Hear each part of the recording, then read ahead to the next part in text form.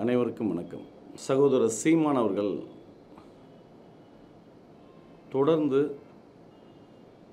உண்மைக்கு புறம்பாக அறியாமையோடு மக்களை குழப்பும் வகையில் தன்னையும் குழப்பிக்கொண்டு பொய்யான தவறான கருத்துக்களை மக்கள் மனதிலே வைக்கக்கூடிய அளவுக்கு அவருடைய பேட்டிகளும் அவர்களுடைய பேச்சுக்களும் தொடர்ந்து அமைந்து வருகின்றன. வருந்தக்கூடிய ஒரு விஷயம்.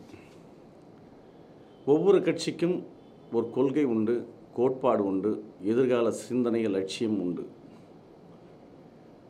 இந்த எந்த அடிப்படை விஷயங்களும், ஒரு கட்சிக்கான எந்த அடிப்படை விஷயங்களும், ஒரு அமைப்புக்கான எந்த அடிப்படை விஷயங்களும் இல்லாமல், எந்த ஒரு தொலைநோக்கு திட்டமும் இல்லாமல் பாரத பிரதமர் நரேந்திர மோடி அவர்களை எதிர்ப்பதும் பாஜகவை எதிர்ப்பது மட்டுமே தன்னுடைய ஒரே கொள்கையாக, தன்னோட ஒரே தொழிலாக நினைத்து கொண்டு அவர் செயல்படுவது வேதனைக்குரியது. அது அவருடைய எதிர்கால வளர்ச்சிக்கும் நல்லதல்ல. இன்றைக்கு சகோதரர் சீமானாக இருக்கட்டும், பாரதிய ஜனதா கட்சியினராக இருக்கட்டும், ஒரு விதத்தில் ஒரு கொள்கையில் ஒன்றுபடுகிறோம். என்ன ஒன்றுபடுகிறோம்? தமிழக மக்களுக்கு ஒரு நல்ல ஆட்சி அமைய வேண்டும், தமிழக மக்கள் வாழ்க்கையில் வளம் பெற வேண்டும், தமிழ்நாடு ஒரு வளமான நாடாக, ஒரு வலிமையான நாடாக, இந்தியாவிலேயே ஒரு சிறந்த மாநிலமாக உருவாக வேண்டும் என்ற ஒரு கொள்கை அளவில் இரண்டு பேரும் ஒன்றுபட்டு இருக்கிறோம். கடந்த 65 ஆண்டுகளாக என்ன நடந்தது? 65 ஆண்டுகளாக இந்த ஊழல் காங்கிரஸ் அரசும் ஊழலுக்கு இலக்கணமாக இருந்த கழக ஆட்சியினரும், அது திமுகவாக இருந்தாலும் சரி, அதிமுகவாக இருந்தாலும் சரி, இந்த தமிழ்நாட்டை சுரண்டி கொள்ளையடித்து ஒரு பயங்கரமான அதல பாதாளத்திற்கு இந்த பொருளாதார நிலையை உருவாக்கி தமிழக மக்களின் எதிர்காலத்தை கேள்விக்குறியாக்கி இன்றைக்கு பாலங்களும் இல்லை, தொழிற்சாலைகளும் இல்லை, கல்விக்கூடங்களும் இல்லை. இன்றைக்கு அவர்கள் வாழ்வில் வளம் வீச எந்த ஒரு அடிப்படையான வசதிகளும் இல்லை என்ற சூழ்நிலையிலே இந்த 65 ஆண்டுகால ஆட்சி நடந்திருக்கிறது. இந்த ஆட்சியை மாற்ற வேண்டும் என்பதில் அவரும் பேசி வருகிறார், நாமும் பேசி வருகிறோம். அப்பொழுது மாற்றத்திற்கான ஒரு சக்தி யார்? மாற்றத்தை உருவாக்கக்கூடிய தகுதி படைத்தவர்கள் யார்? மாற்றத்திற்கான உண்மையான உழைப்பை கொடுக்கக்கூடியவர்கள் யார்? மாற்றம் ஒன்றே என் வாழ்வின் சிந்தனை, இந்த மக்களின் வாழ்வில் ஒளியேற்றுவதே என் உயிர் மூச்சு என்று நினைக்கக்கூடிய தலைவர்கள் யார் என்பதை அறிந்து கண்டறிந்து அவர்களுடன் இணைந்தால் மட்டும்தான் தமிழகத்தில் உள்ள நல்ல மாற்றத்தை ஏற்படுத்த முடியும். அப்படி ஒரு மாற்றத்தை ஏற்படக்கூடிய ஒரு தேசிய தலைவராக நமது பாரத பிரதமர் நரேந்திர மோடி அவர்கள் வீட்டிருக்கிறார்கள். குஜராத்திலே ஒரு பொருளாதார புரட்சியை உருவாக்கியிருக்கிறார்கள். அது தொழிலாக இருக்கட்டும், மக்கள் நல திட்டங்களாக இருக்கட்டும், நிர்வாகத்தில் ஒரு மறுமலர்ச்சியாக இருக்கட்டும், அனைத்திலுமே ஒரு சாதனை படைத்து இன்றைக்கு கடவுள் அருளாலும் அவருடைய உழைப்பாலும் மக்களின் நம்பிக்கையாலும் இன்றைக்கு பாரத பிரதமராக விட்டிருக்கிறார்கள். இன்றைக்கு அவர் என்ன மாதிரியான திட்டங்களை கொண்டு வந்திருக்கிறார் என்ற அடிப்படை அறிவு கூட சகோதரர் சீமான் அவர்களுக்கு இல்லாமல், அவருடைய திட்டங்களை புரிந்து கொள்ளாமல், அவர் திட்டங்களை பற்றி தெரிந்து கொள்ளாமல், அதற்கான சிந்தனையே சிறிதும் இல்லாமல், ஏதோ பொத்தாம் பொதுவாக இந்த கழகங்கள் எப்படி தமிழக மக்களின் உணர்ச்சிகளை தூண்டிவிட்டு, மொழி உணர்வை தூண்டிவிட்டு, இன உணர்வை தூண்டிவிட்டு, தங்களின் அரசியல் சுயலாபத்திற்காக ஆதாயம் அடைந்ததோ அதே முயற்சி, அதே பாணியில் சீமான் அவர்களும் செய்து வருவது உண்மையிலேயே வருத்தமளிக்கிறது. ஒரு நல்ல இயக்குனர், ஒரு நல்ல நடிகர், நீங்கள் நடிப்பதையும் இயக்குவதையும் சினிமாவோடு நிறுத்திக்கொள்ளுங்கள். தமிழக மக்களுக்கு தொண்டாற்றும் பொழுது உண்மையாக, மனசாட்சியுடன், நேர்மையாக நீங்கள் உங்கள் வாதங்களை வையுங்கள்.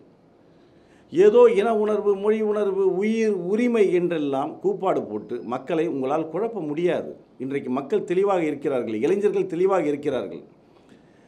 நீங்கள் யூடியூப் சேனலில் பேசுனீங்கன்னா ஒரு 2 லட்சம் பேர் உங்களை பார்க்கலாம். நீங்கள் நினைக்கிறீங்க உங்களை பாராட்டி பார்க்குறாங்கன்னு. உங்களை கேவலமாக பேசுகிறார்கள். எங்களுக்கு வருத்தமாக இருக்கிறது. ஒரு நல்ல போராட்டவாதி, நல்ல சிந்தனைவாதி, எதற்காக இப்படி கேவலப்படுகிறீர்கள்? உங்களை பார்ப்பது என்ன இப்படிலாம் இருக்கிறார், இப்படிலாம் பேசுகிறார், இவர் கேட்குற கேள்விக்கெல்லாம் இவருக்கே அர்த்தம் தெரியுமா? இவர் கேட்குற கேள்வியெல்லாம் ரொம்ப வித்தியாசமாக இருக்குது, ரொம்ப கேவலமாக இருக்குது, ரொம்ப வருத்தப்பட முடியாமல் இருக்குது. எந்த ஒரு அடிப்படை அறிவு இல்லாமல் இப்படி பேசுகிறார்கள் என்று தான், இப்படி கூட ஒருத்தர் பேச முடியுமா, இப்படி கூட ஒருத்தர் நடந்து கொள்ள முடியுமா என்று தான் உங்களுடைய பேச்சுக்களை யூடியூப் சேனலில் பார்க்குறாங்க. அதை முதல்ல நீங்கள் புரிஞ்சுங்க. நீங்கள் உங்கள் பேச்சு திறமையால் அப்பாவி இளைஞர்களை, பாவம் தங்கள் வாழ்வாதாரத்தை தொலைத்து அன்றாடம் தங்களுடைய உழைப்பிற்கான வருமானத்தை வீட்டுக்கு கொடுக்க வேண்டிய இளைஞர்களை தவறாக மூளைச்சலவை செய்து அவர்களை எல்லாம் கூட்டம் போட வைத்து அவர்களை எல்லாம் தவறாக சித்தரித்து அவர்களுக்கெல்லாம் ஒரு தவறான வழிகாட்டுதலை ஏன் தருகிறீர்கள்? நீங்கள் இப்பொழுது கூட காலம் கெட்டுப்போடவில்லை. நீங்கள் இன்றைக்கு மோடி அவர்களை பற்றி முதலில் ஆய்வு செய்யுங்கள். அவருடைய வாழ்க்கையை ஆய்வு செய்யுங்கள், அவருடைய நிர்வாகத்தை ஆய்வு செய்யுங்கள், அவருடைய 3 ஆண்டு கால ஆட்சியை ஆய்வு செய்யுங்கள். ஒரு பெரிய குழுவை அமையுங்கள். அனைத்து நிர்வாகத்தில் இருக்கக்கூடிய, அனைத்து துறையில் இருக்கக்கூடிய நல்ல அறிஞர்களை, நடுநிலையாளர்களை அமைத்து கொள்ளுங்கள். அவர்களிடம் கருத்துக்களை கேளுங்கள். ஐயா, மோடி அவர்களை இந்த திட்டங்கள் கொண்டு வருகிறார்களே, இந்த திட்டங்கள் தமிழகத்திற்கு பயனுள்ளதான திட்டமா, இல்லை மக்களை ஏமாற்ற பார்க்கிறார்களா, இல்லை மதவாதத்தை தூண்ட பார்க்கிறார்களா, இல்லை இந்தியை திணிக்க பார்க்கிறார்களா, இல்லை தேசிய ஒருமைப்பாட்டிற்காக திட்டங்கள் தீட்டுகிறார்களா, இல்லை தேசிய வளர்ச்சிக்காகவும் தமிழக வளர்ச்சிக்காகவும் திட்டங்கள் தீட்டுகிறார்களா என்பதை ஆய்வு செய்யுங்கள். அரசியல் ரீதியாக, சித்தாந்த ரீதியாக உங்களுடைய வாதங்களை வையுங்கள். ஒரு மூன்றாம் தர கழகங்களின் பேச்சாளர்கள் போல நீங்களும் பேசாதீர்கள். உங்களிடம் மக்கள் நிறைய எதிர்பார்க்கிறார்கள். உங்களிடமும் மக்கள் ஒரு நம்பிக்கை வைத்திருக்கிறார்கள். மோடி அவர்களை விமர்சிப்பதன் மூலமாக அந்த நம்பிக்கையை நீங்கள் மக்களிடம் இழந்து விடாதீர்கள். அதனால் அவருடைய முருகையை ஆய்வு செய்யுங்கள். உங்களுக்கு வேண்டிய விஷயங்கள் எது இருந்தாலும் சந்தேகங்களை கேளுங்கள். உண்மையிலேயே உங்களுக்கு தமிழகத்தின் மேல் அக்கறை இருந்தால், தமிழக மக்களின் மேல் அக்கறை இருந்தால், நீங்கள் தமிழக பிரச்சனைகளை பட்டியலிடுங்கள். தமிழக மக்களின் பிரச்சனைகளை பட்டியலிடுங்கள். தமிழகத்திற்கு வேண்டிய விஷயங்களை பட்டியலிடுங்கள். அதற்காக என்ன மாற்று சிந்தனை நம்மிடம் உள்ளது, மாற்று திட்டம் என்ன உள்ளது என்பதை உருவாக்குங்கள். பிரதமர் அவர்களை சந்தியுங்கள். உங்களுக்காக, தமிழகத்திற்காக அவர் எந்த நேரம் கொடுக்க காத்திருக்கிறார். இதுதான் மாற்றத்திற்கான முதல் படி சகோதரர் சீமான் அவர்களே. இதை விடுத்து எந்த கூட்டத்தில் சென்றாலும், யார் மைக்கை நீட்டினாலும் மோடி அவர்களை விமர்சித்தையே ஒரு தொழிலாக எடுத்துக்கொண்டால் அது உங்களுடைய அறிவுக்கும் உங்களுடைய அரசியலுக்கும் நல்லதல்ல. நீங்களும் காணாமல் போய்விடுவீர்கள், தொலைந்து போய்விடுவீர்கள். வேண்டாம். நாம் அனைவரும் தமிழகத்திற்காக, தமிழக மக்களுக்காக பாடுபடுவதற்காக காத்திருக்கிறோம். எனவே நீங்கள் இந்த யூடியூப் சேனல்களிலும் மற்ற கூட்டங்களிலும் பேசும்பொழுது ஒரு விவாத மேடையாக அந்த கூட்டத்தை உருவாக்குங்கள். மக்களை தூண்டிவிட்டு, அவருடைய இன உணர்வை தூண்டி தமிழக மக்களின் வரவேண்டிய நல்ல திட்டங்களை கெடுக்காதீர்கள். தமிழக மக்களை குழப்பமடைய செய்யாதீர்கள். இதனால் எதிர்காலத்தில் உங்களுக்கான இடம் தமிழக வரலாற்றில் தொலைந்துவிடும். இது போன்ற பல தலைவர்கள் பேசி காணாமல் போனதை நீங்கள் கண்டிருக்கிறீர்கள். மறுமலர்ச்சி என்று தளர்ச்சி தான் அடைந்துள்ளார் ஒருத்தர். அதே சூழ்நிலை உங்களுக்கும் வந்துவிடக்கூடாது. நீங்கள் ஒரு இளம் தலைவர். இந்த தமிழக மக்களை வழிநடத்தக்கூடிய நல்ல எதிர்காலம் உங்களுக்கு இருக்கிறது. நீங்கள் மோடி அவர்களுடைய திட்டங்களை புரிந்து கொள்ளுங்கள். முதலில் அதற்கான கவனத்தை செலுத்துங்கள். அதற்கான ஒரு நல்ல ஒரு சூழ்நிலையை உருவாக்கி கொள்ளுங்கள். ஒரு 3 ஆண்டு கால ஆட்சியை முதலில் ஆய்வு செய்யுங்கள். குஜராத்திற்கு செல்லுங்கள், ஆய்வு செய்யுங்கள். இதை விடுத்து இதுபோல் குழப்பமடைந்த பேச்சுக்களை பேசுவதன் மூலம் எந்த பிரயோஜனமும் இல்லை.